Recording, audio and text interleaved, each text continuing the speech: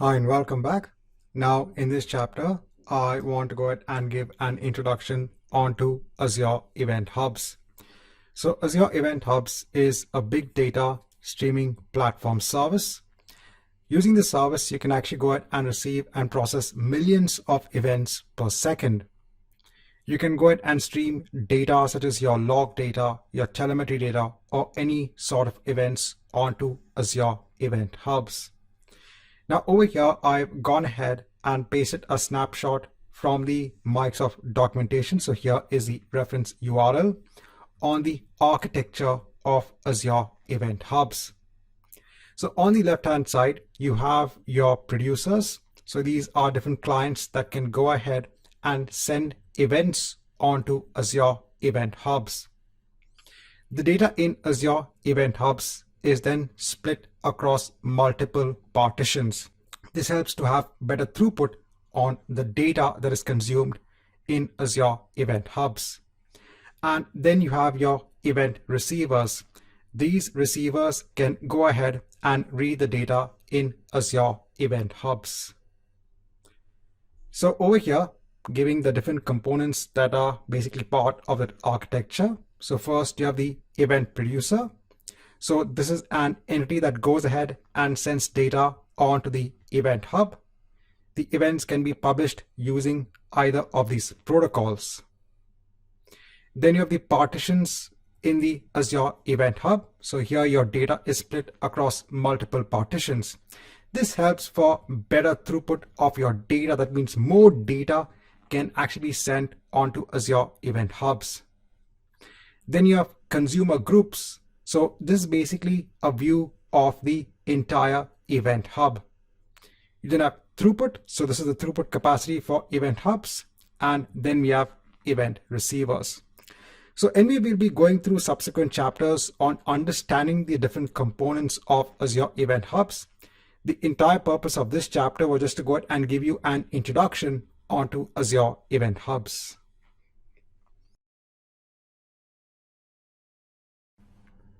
Now here we are in Azure.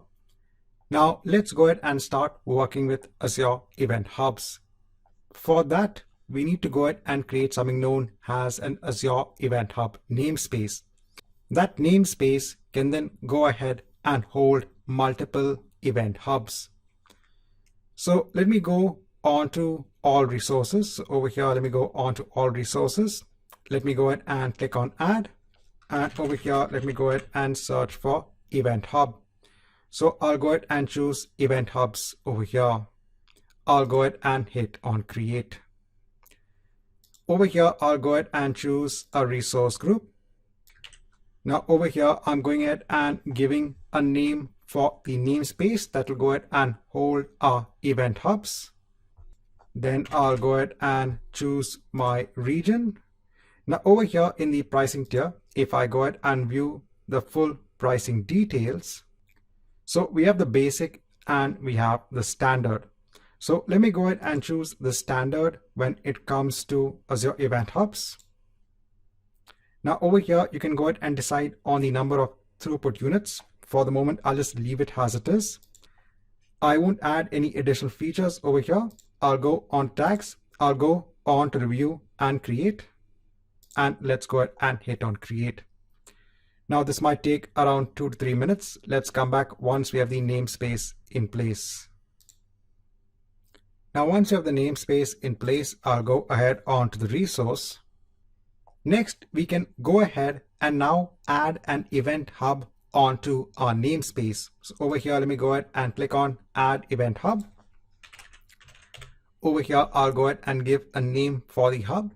Now over here, you can go ahead and decide on the partition count. So it can be from 1 to 32 partitions.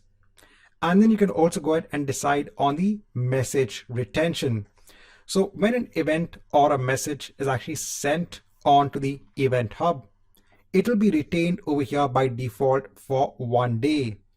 Over here, the maximum retention period is 7 days. By default, you are not supposed to go ahead and persist messages in the event hub. So it is used for ingesting data, and then you'll have consumers that will actually go ahead and basically read the messages in the Event Hub and process them accordingly. Over here, you also have the capture option as well. So this allows you to go ahead and persist those events onto, let's say, a storage account. So if you want to go ahead and have the events in a data store for a longer period of time, you can go ahead and decide to enable this capture feature. For now, I'll mark this as off. Let me go ahead and leave the retention as it is, and let me go ahead and create the Event Hub. Now, once we have the Event Hub in place, so if you go ahead and scroll down, over here, you can go on to your Event Hubs. You can go on to the Event Hub itself. And now you have your hub in place. Now, currently at this point in time, so there is nothing like a way to go ahead and send events or messages onto the Event Hub from the Azure portal. So over here, we don't have any sort of explorer to go ahead and look at the messages in the Event Hub or to even send messages onto the Event Hub.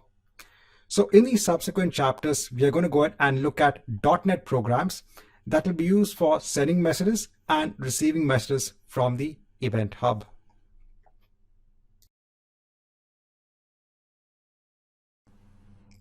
So in the previous chapter, we had gone ahead and seen how to create an Event Hub namespace and how to create an Event Hub. Now let's go on to Visual Studio and let's go ahead and create a simple console-based application that will actually go ahead and send messages onto the Event Hub. So I'll go ahead and create a console-based application. I'll go on to next. Over here, let me go ahead and give a name. Let me go on to next. I'll go ahead and create the application.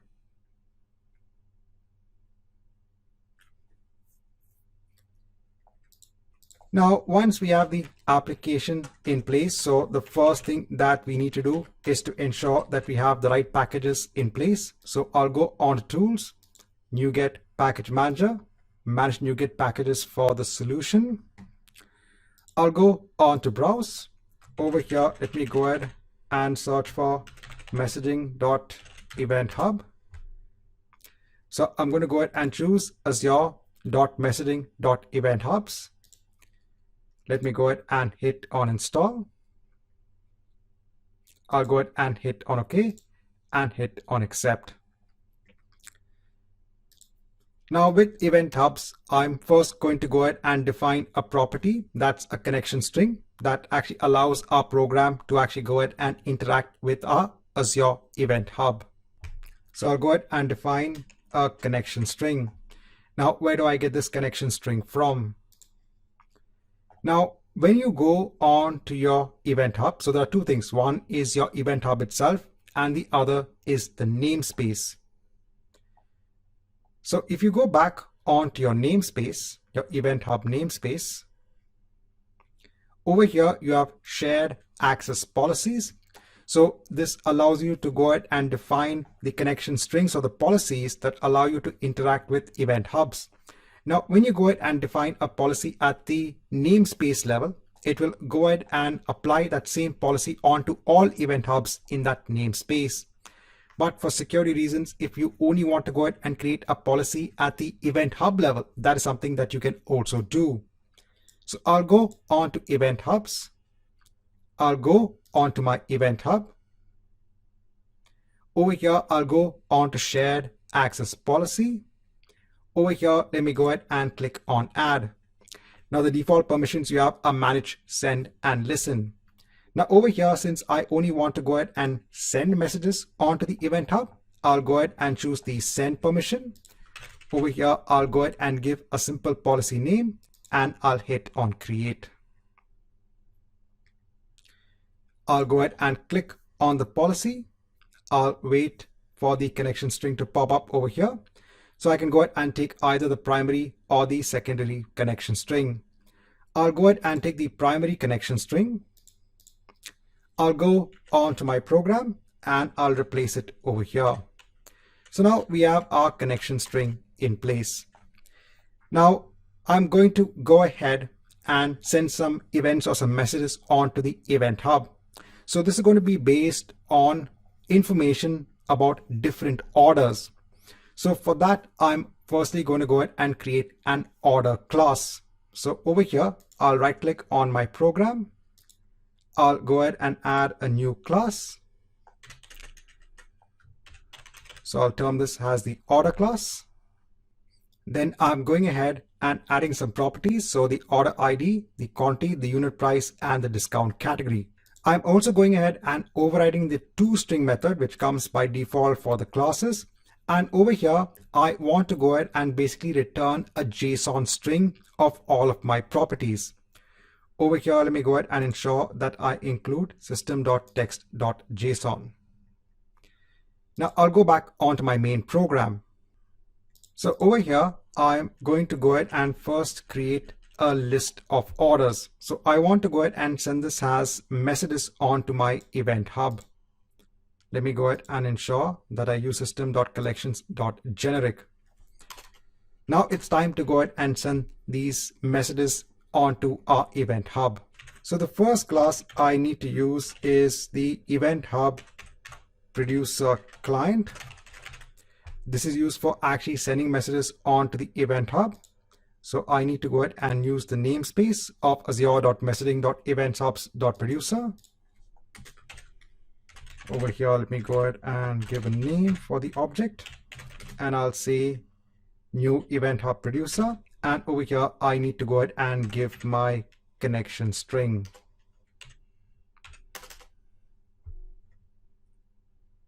Right. So I have that in place. Now next, there is a class known as event data batch that allows us to go ahead and actually send a batch of events onto the Event Hub. So over here, I need to go ahead and actually use my producer client dot create batch async, and over here dot get awaiter dot get result. Next, now for each of my orders in my orders list, I need to go ahead and first construct a message. So this will be the message that is sent onto the Event Hub. So there is a class known as event data. So over here, let me go ahead and ensure that I include it. So using azure.messaging.eventhubs. So that class event data can be used to construct that object, which basically holds our message. Now over here, we need to go ahead and give the event body, which will be in binary format. So I need to go ahead and use now the encoding class .utf8. Let me ensure that I include the namespace .getBytes.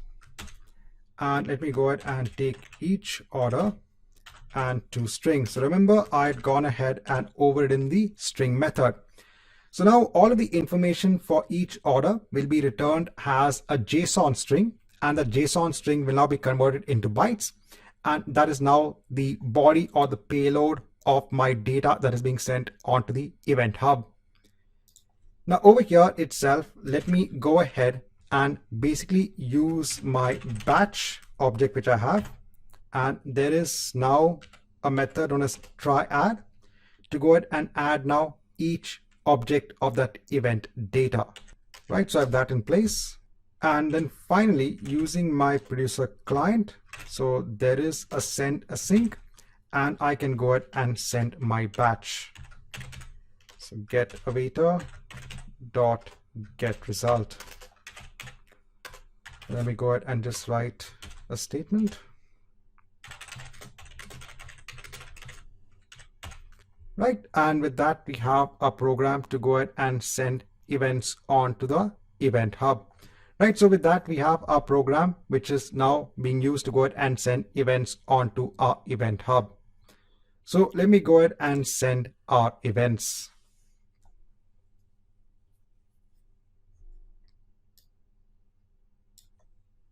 Right, so we've got our batch of events that are sent onto the Event Hub. So let's mark an end on to this chapter, and we'll move on to the next chapter to see now how do we receive events from the Event Hub. Now in the last chapter, we had gone ahead and developed a .NET program. So that is now behaving as our producer. That .NET program had now gone ahead and sent a batch of events or messages basically onto our Event Hub, which is part of our Event Hub namespace.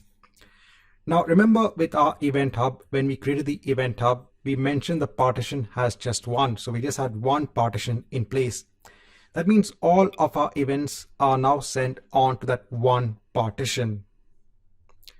So keeping this in mind, right? So if I go back onto my Event Hub, if you go onto the overview for App Hub, over here you can see the partition count has 1. Now let's go ahead and develop a program that will go ahead and be used to receive messages from our Event Hub. So again, for that, you need to have a consumer in place. You need to go ahead and develop a program that can go ahead and consume the messages. Please note that there are services in Azure, such as the Stream Analytics job, that can also go ahead and consume events without the need of actually any sort of programming. So the Stream Analytics job can also go ahead and take events from the Event Hub. But since we need to go ahead and know how to develop programs that can interact with Azure Event Hubs, let's go ahead.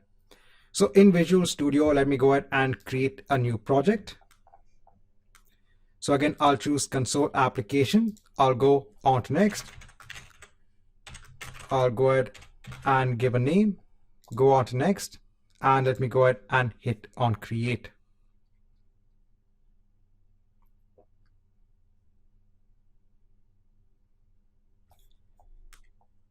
Now, as usual, the first thing we need to do is to ensure that we have the right packages in place. So I'll go on to Tools, NuGet Package Manager, Manage NuGet Packages for the solution. I'll go on to Browse, and again, let me go ahead on to messaging.event hub. Now over here, when it comes to receiving messages, there is a package in place that is known as azure.messaging.eventhubs.processor. And this package actually makes receiving messages a little bit more easier. But for this example, the initial example, I'm going to go ahead and show you how to use the normal packages to also go ahead and receive messages. So you can still go ahead and use azure.messaging.eventhubs to go ahead and receive messages as well. It kind of gives you a better understanding on how do you actually receive messages from Azure Event Hubs. So let me go ahead and choose that package, and let me go ahead and hit on Install. I'll go ahead and hit on OK and hit on Accept. So I'll go on to my program. So as normal, the first thing we need to do is to go ahead and define our connection string that allows our receiver to go ahead and connect onto the Event Hub. So I'll go ahead and define my connection string. So I'll go on to my Event Hub. I'll go on to Shared Access Policies. I'll go ahead and now create a new policy. This will have the permission of listen, so that we can go ahead and listen or take events or read events from the Event Hub. Let me go ahead and hit on Create.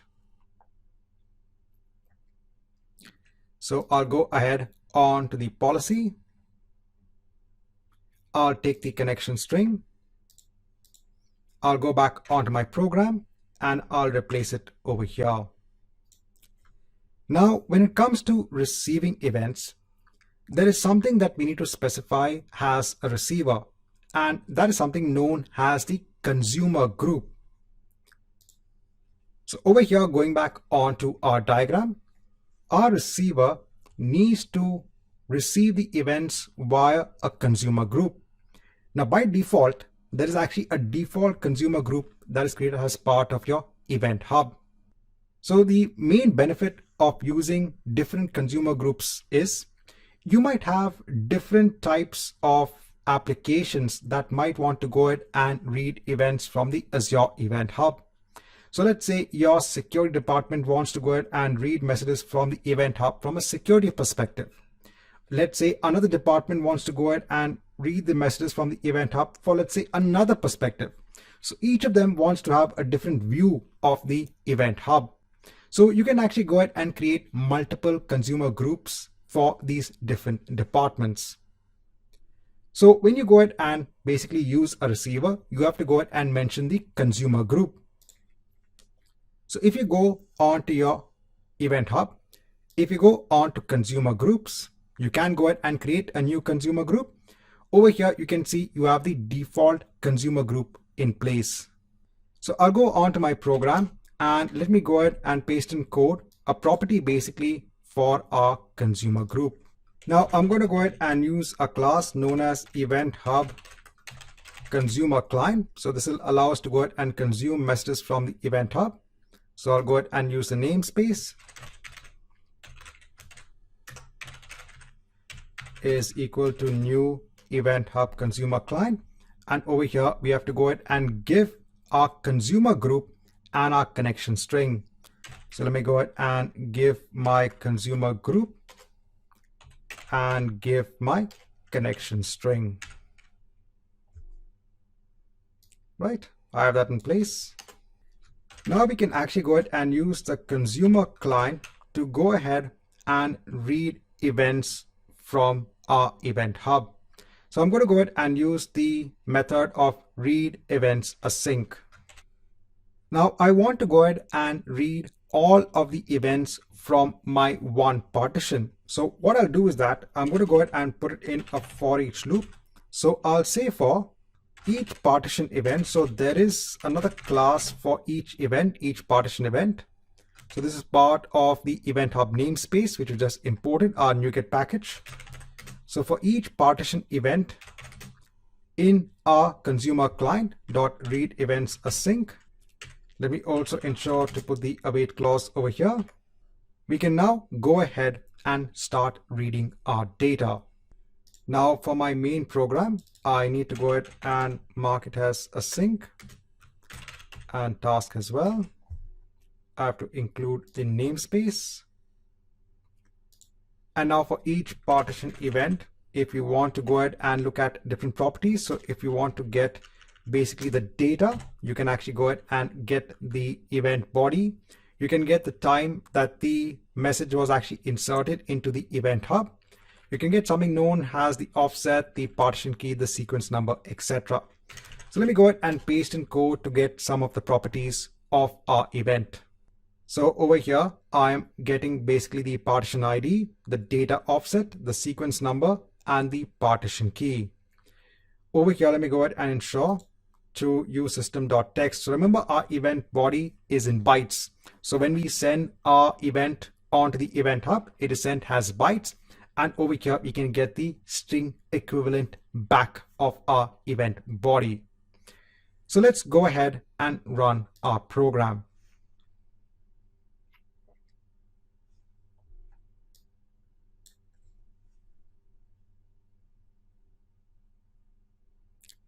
Right, so over here, we're getting all of our data in place. So note that all of our events are basically part of partition ID 0. So if you go ahead and look at the partition ID, all of them are 0. The messages have a sequence number. If you look at the offset, it's a data offset. So basically it's the offset in terms of bytes. So the first message that we had an data offset of 0. So starting from 0. And since this message took basically 120 bytes, or the entire event took 120 bytes, the next data offset for the next message is 120, and so on and so forth. So when you look at your partition, when you look at each message, right? So this first message basically starts at data offset 0. This is in terms of bytes. Then the next message is 120. The next message is 240, etc. And each message also has a sequence number. And over here, you have the data in place.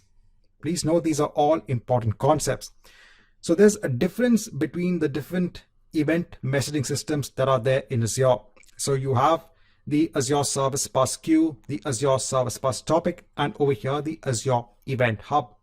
So the Azure Event Hub is tracking these messages via this data offset and via these partitions. And over here, your data is in the binary format.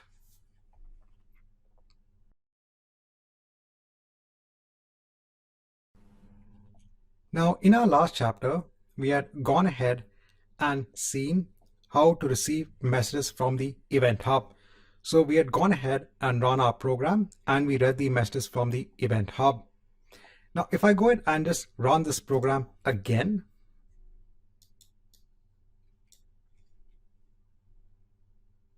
so I can see I'm again getting the list of messages.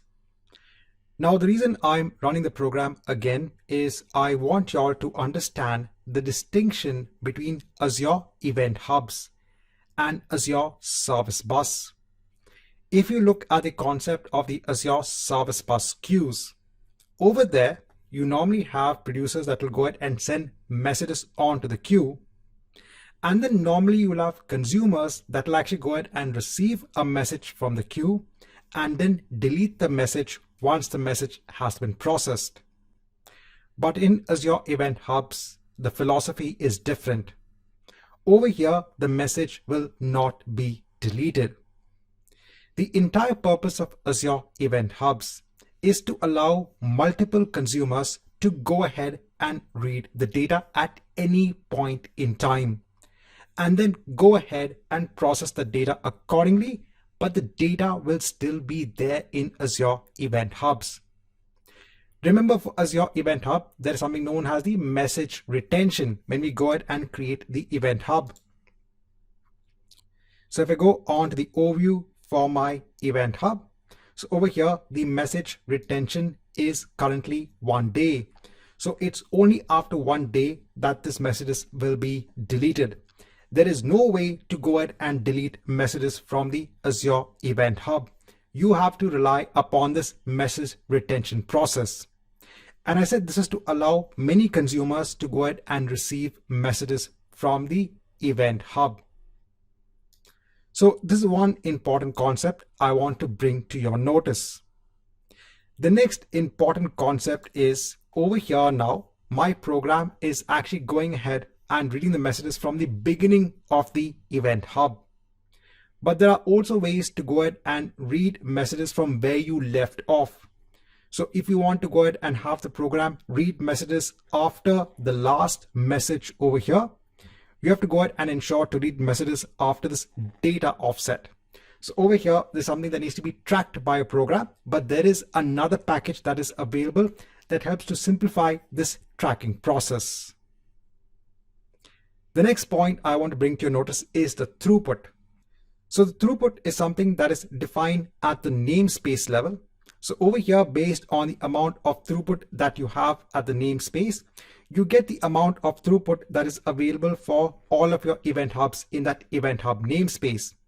So when you look at one throughput measure, when it comes to the amount of incoming traffic that can be accepted by the event hubs, over here, the limit is 1 MB per second or 1000 events per second. Remember, this is used to process millions of events per second. So if you want more throughput, you have to go ahead and provision more throughput units, and you will be billed based on the throughput units.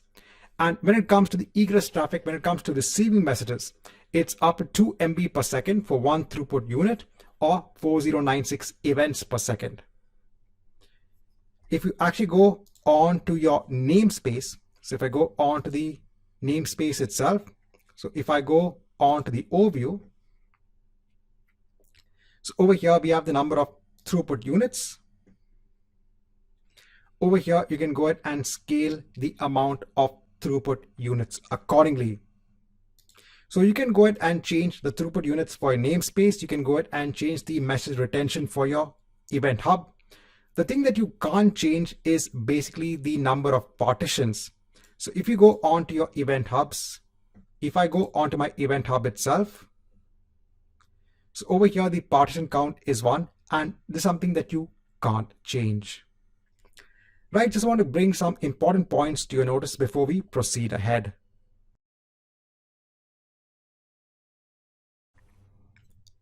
Now in this chapter, let's see how to use Azure Functions to go ahead and receive messages from Azure Event Hub. So in Azure, I have an Event Hub instance in place. So currently there are messages in this Event Hub. So in Visual Studio, let me go ahead and create a new project. I'll go ahead and choose Azure Functions and go on to next. Over here, let me go ahead and give the name of Azure Functions, Azure Event Hub. I'll go ahead and hit on create. And over here, let me go ahead and choose now the Event Hub trigger. So I'll go ahead and choose Event Hub. Now over here, we have to go ahead and give the name of our Event Hub. So for me, the Event Hub name is App Hub. And over here, we have to go ahead and give a name for the Event Hub connection string. I'll go ahead and hit on create. Right, so over here, we have a lot of code in place when it comes to receiving messages from the Event Hub. So over here, let me go ahead and first rename my class.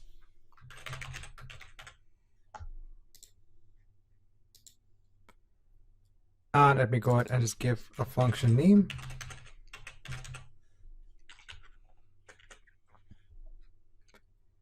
Now I need to go ahead and ensure that I put the connection string. So let me go ahead and take the connection string from here. I'll go on to my local settings.json. I'll place it over here. Now I'll go on to my hub. I'll go on to shared access policy. Let me go ahead and add a new policy. I'll go ahead and give it a name and hit on create. I'll go on to the function.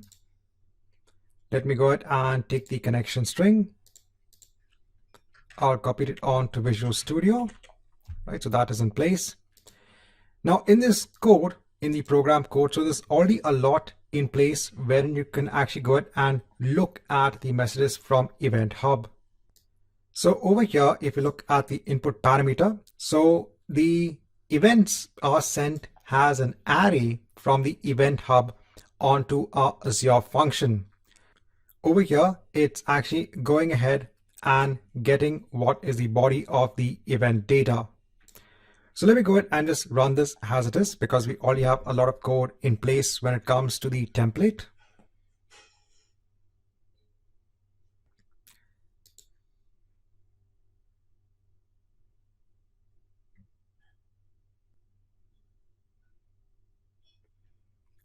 And over here, you can see it has gone ahead and processed all of the messages in my Event Hub. So over here, I just want to go ahead and show you how you can get started when it comes to using Azure Functions for your Azure Event Hub.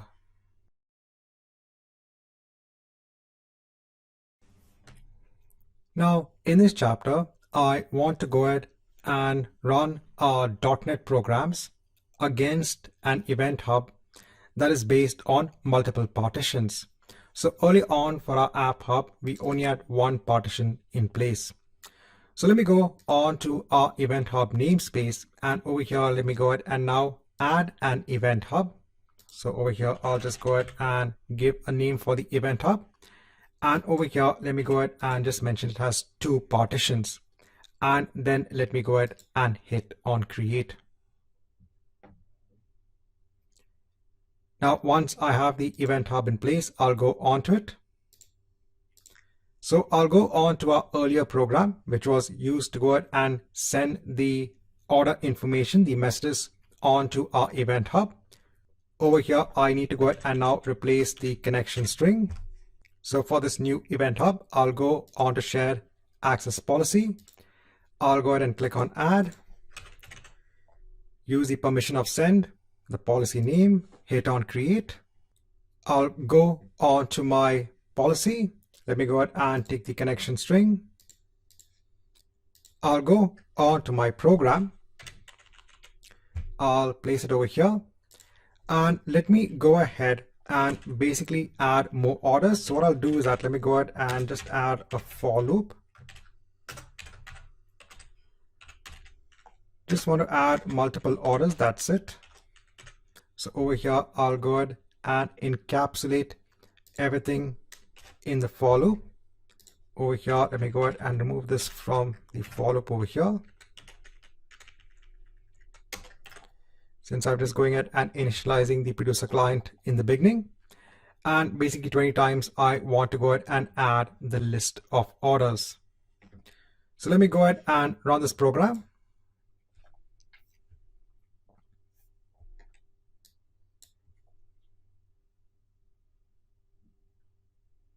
Right, so it sent all of the events. Now I'll go on to our receiver program. So let me go ahead and create now a new access policy. I'll give it a name. I'll mention the permission. I'll hit on create. I'll go on to the policy. I'll take the connection string. I'll go on to our receiver program. I'll replace it over here, and let me go ahead and run the program.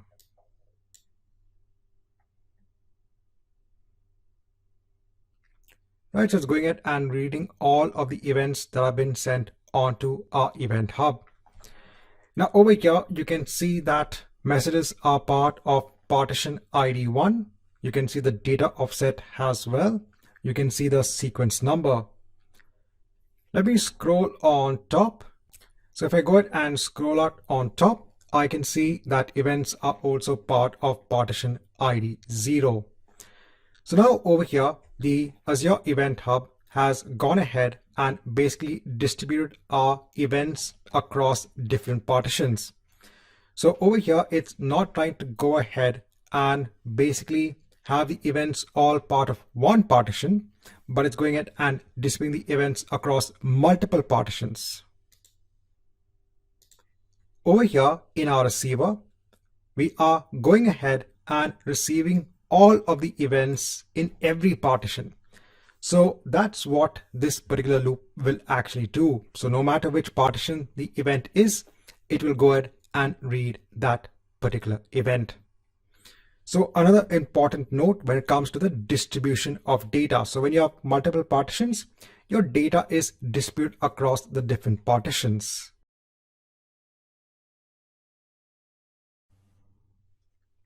Now, in the earlier chapter, I had shown you an example wherein we had an Azure Event Hub which had multiple partitions, and then our Azure Event Hub would go ahead and distribute the messages across the two partitions. Now, you can have your receivers that can actually go ahead and read all the messages from the partition.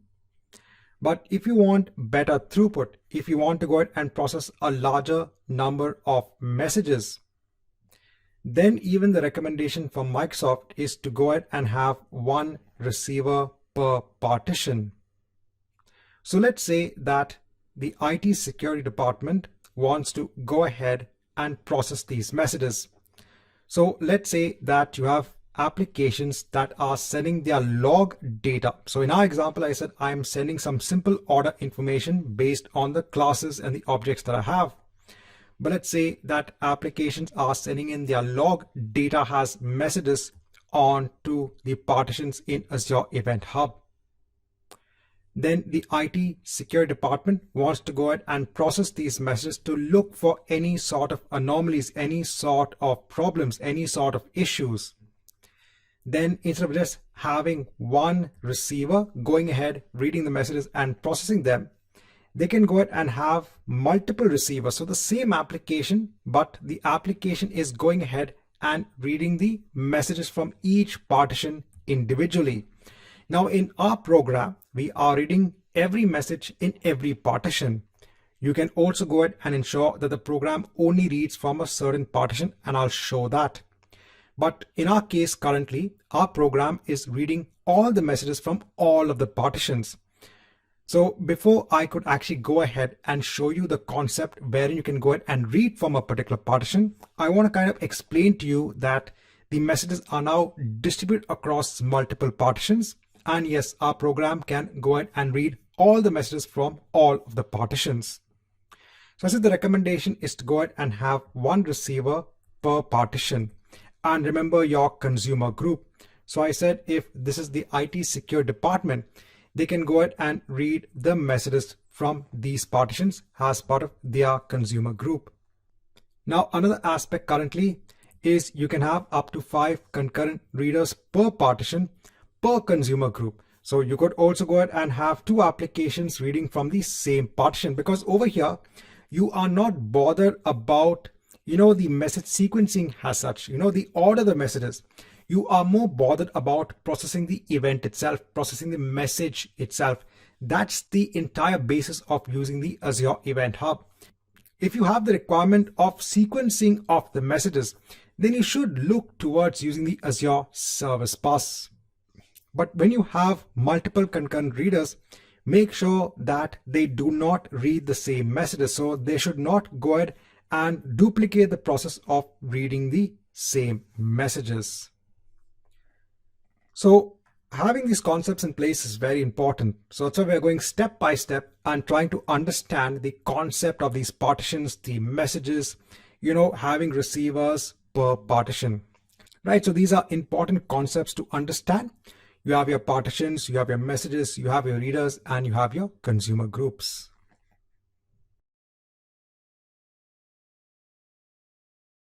Now in this chapter, I want to show you how you can use now a .NET program to go ahead and just read messages from a particular partition.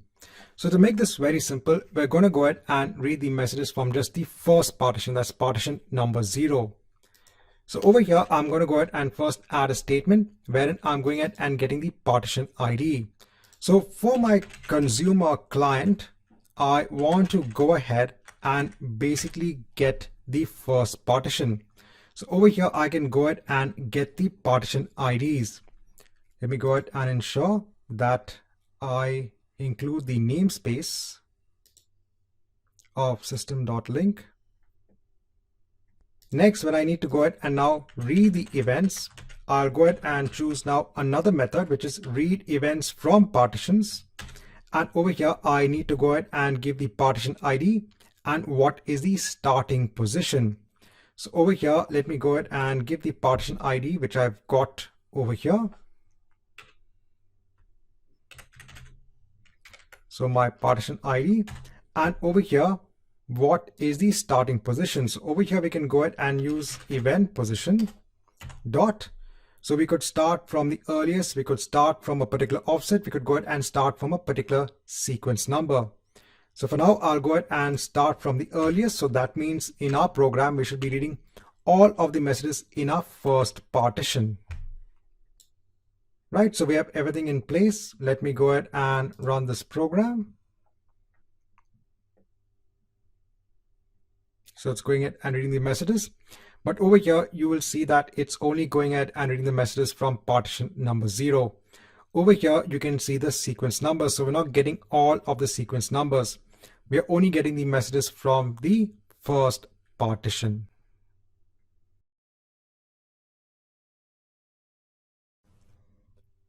Now in this chapter, I want to go ahead and show you how you can use the Event Hub processor class or the packages in order to go ahead and receive data from your Event Hubs. So over here in my Event Hub namespace, I do have a set of Event Hubs in place. Over here, I can go ahead and choose either hub. So I'll go ahead and choose App Hub. Over here, I have a set of messages in place. Now I'll go on to Visual Studio. I'll go ahead and create a new project. Over here, let me go ahead and choose a console-based application. I'll go on to next. And over here, let me go ahead and give a name. I'll go on to next, and let me go ahead and hit on create.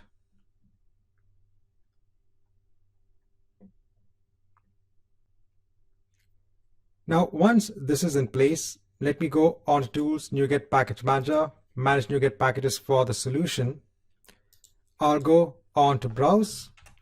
Again, let me go ahead and search for messaging.eventhub. And over here, let me go ahead and now choose Azure.messaging.eventhubs processor. Let me go ahead and hit on install.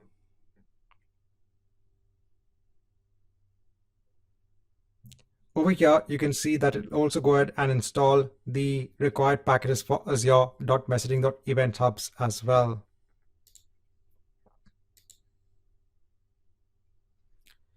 So the entire idea of the Event Hub processing is to go ahead and keep track of the messages that have already been read. So if your program stops in between and then restarts, it'll go ahead and start reading messages from the time it left off. So that's an advantage where you don't need to go ahead and read all of the messages again. Now there is already a default implementation in place when it comes to using the event processor, class. Now, in order to go ahead and implement this event processing solution, we need to have a storage account in place.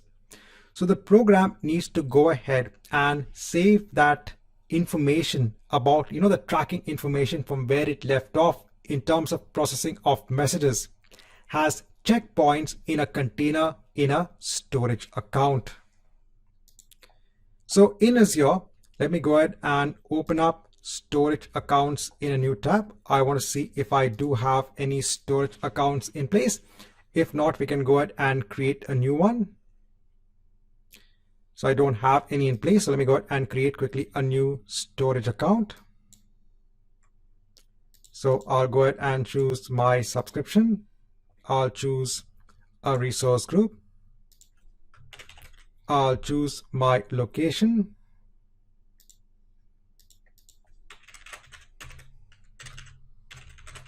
I'll go ahead and just give a name for the storage account. Over here, let me go ahead and choose locally redundant storage. And basically, let me go ahead and leave all the settings as they are.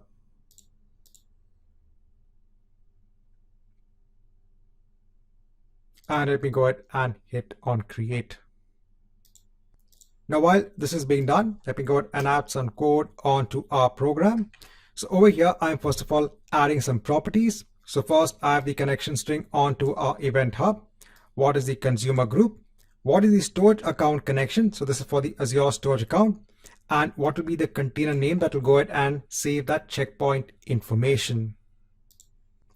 So firstly, for my app hub, let me go ahead onto the shared access policy. I'll go on to listen. I'll take the connection string. I'll go ahead and place it over here. My consumer group is fine. Now next in my main class, let me go ahead and paste in some code. So over here, we need also a blob container client. So for that, I need to go ahead and ensure I have the right packages in place. So I'll go on to tools, NuGet package manager, manage NuGet packages. Over here, let me go ahead and search for blob. So I'll go ahead and choose azure.storage.blobs. Go ahead and install the required package. Let me go back onto the program. Ensure that I include the namespace. Now over here, we are going ahead and using now that event processor client class. So over here, now the client class will go ahead and put the tracking information in the container client. The container client basically points onto our container in the storage account. And then when events are detected, it will go ahead and send the events onto an event handler. So we have to go ahead and define that event handler. We can also go ahead and define an error handler as well. So if an error is detected, then go ahead and send it on to the error handler. Over here, let me go ahead and ensure that I have it as an async method. And then I need to go ahead and add my methods over here. So I'll go ahead and paste in some code. This will be after my main method. So over here, one is basically for processing my events and the other is for processing my errors. Over here, I'm just going ahead and writing this sequence number and basically what is the event body. Let me go ahead and ensure that I use system.text. Over here, I need to go ahead and use the azure.messaging.eventhubs.processor. And over here, you can see it is updating that checkpoint information in that storage container. Now let me go on to the storage account. So assuming it's done, right? I'll go ahead onto the resource. I'll go on to access keys. I'll show the keys. Let me go ahead and take the connection string. Go on to my program and let me replace it over here.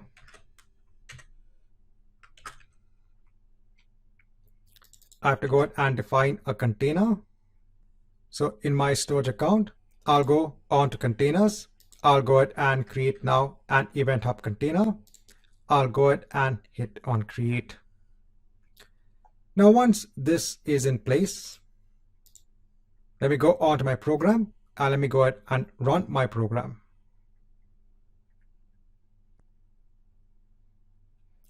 Right, so I'm getting all of the information. Currently, I just have 5 messages in the Event Hub. Now let me go ahead and stop the program and run the program again.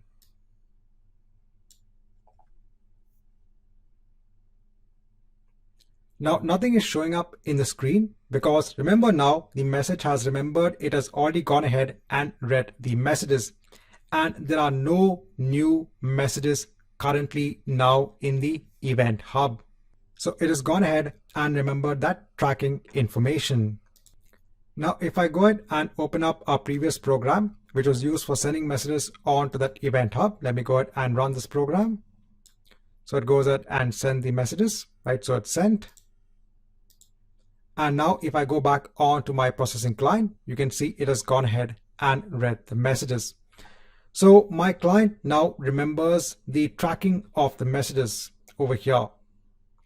So you can see how the event processor, packages which is available helps for the easy tracking of the messages when they are being read from the Event Hub.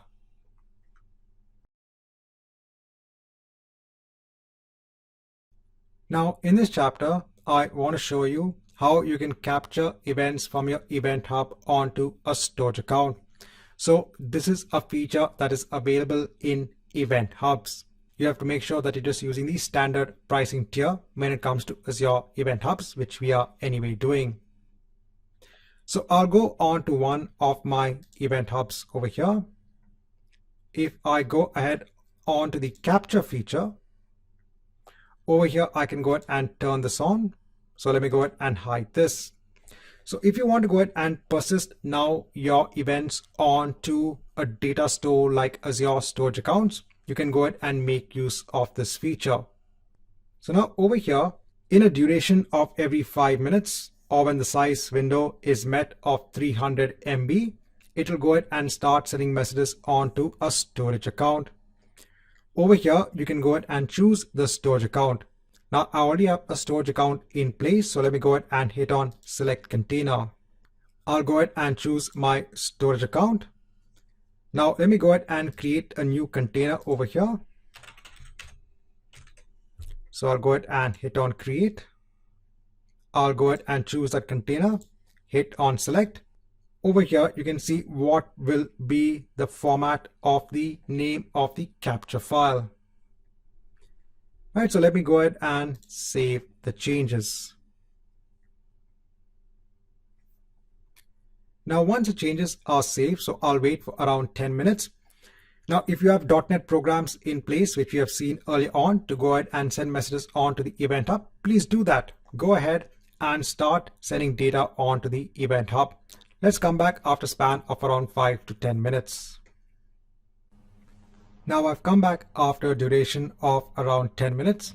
Now if I go onto my storage account, if I go onto my containers, if I go onto the capture container, so over here I can see the folder for my namespace, my Event Hub, and over here you can see the file format that was specified. So if I go ahead and drill down, now all of this information is actually stored in a separate file format known as the Avro file format. So this file format is much more efficient when it comes to data storage and retrieval. If I go on to the edit section, so since the format is different, it will not be recognizable over here, but you do have tools that have the ability to go ahead and read files in this format. over here, I just want to go ahead and show you that capture feature which is available for Azure Event Hubs.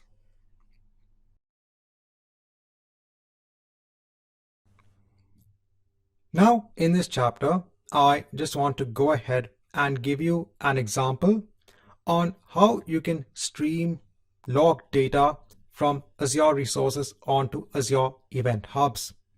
So most of the services in Azure have this feature of sending their diagnostic data or logs onto Azure Event Hubs.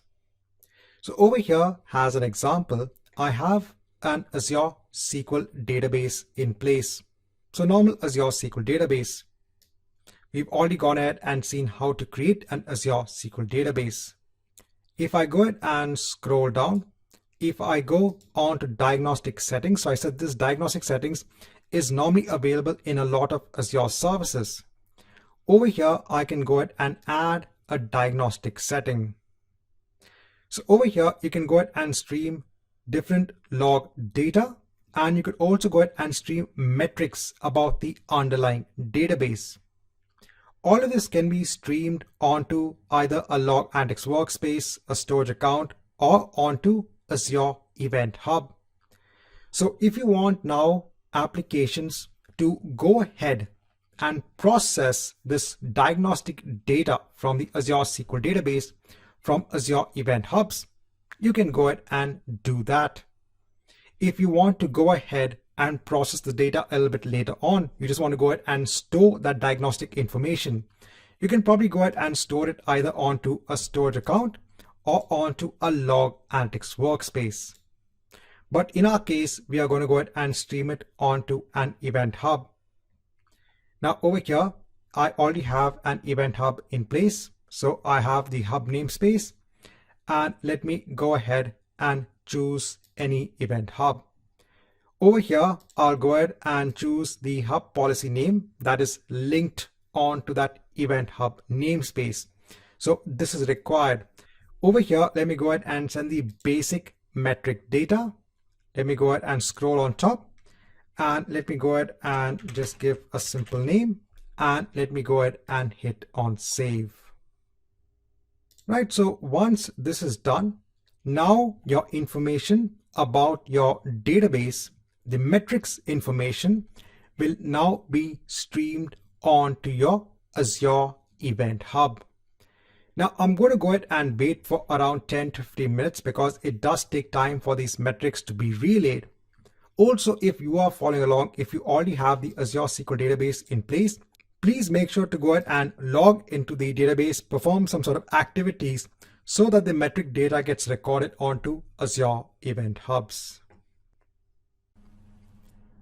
Now I waited for around 20 minutes. Now I'll go ahead and basically run a program that I have in place. So this is a program that we've already seen to go ahead and receive events from our Event Hub. Please note, I'm not using the processor host over here. I'm using a normal program to go ahead and read all of the events from all of the partitions. So let me go ahead and run this program.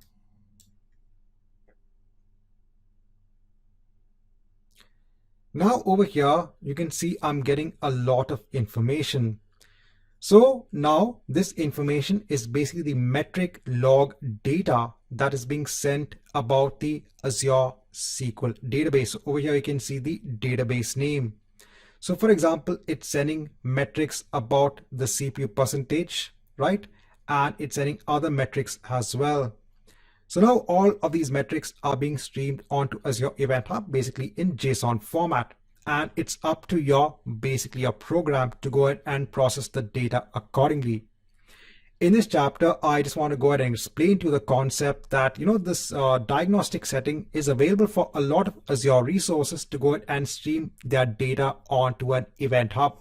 And that's the entire purpose of the Event Hub. It is a service that is used to go ahead and ingest a lot of data.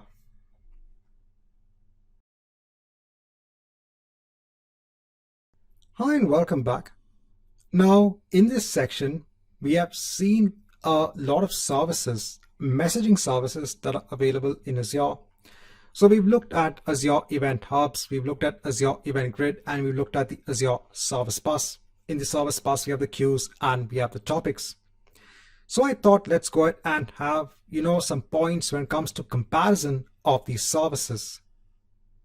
Now, if you're looking at an event-based service, so let's say an event is triggered, a lightweight notification when a condition or a state change happens, then you should go ahead and look towards using the Azure Event Grid service. Remember, you can actually go ahead and hook up an endpoint onto the Azure Event Grid, such as Azure Functions, and that function can go ahead and perform some sort of processing on that event. So if you want to go ahead and work with events, go ahead and use the Azure Event Grid service. If you have devices that are sending telemetry data, so let's say you have a device that is sending, let's say, temperatures at different points in time, so this telemetry data, then you can actually go ahead and look towards using Azure Event Hubs. So this is used for telemetry or distributed data streaming. If you want a messaging system that needs to be shared across different components of an application, then you should go ahead and consider using Azure Service Bus. A quick comparison when it comes to the message size. So over here, when it comes to the Azure Event Grid, it's 1 MB, which is the size of an event. If you're looking at Azure Event Hubs, when it comes to the basic tier, it's 256 kilobytes and 1 MB for the standard tier. When it comes to the Azure Service Bus, it's 1 MB if you go ahead and choose premium messaging. So again, remember that if you want to go ahead and send telemetry data, go ahead and choose Azure Event Hubs. If you want to go ahead and look at changes in events, then go ahead and use Azure Event Grid. And if you want to go ahead and have decoupling of your application components, then go ahead and use the Azure Service Bus. So I just thought that since there are so many services in Azure when it comes to messaging, I want to clear or tell students, what is the clear demarcation on when to use which service.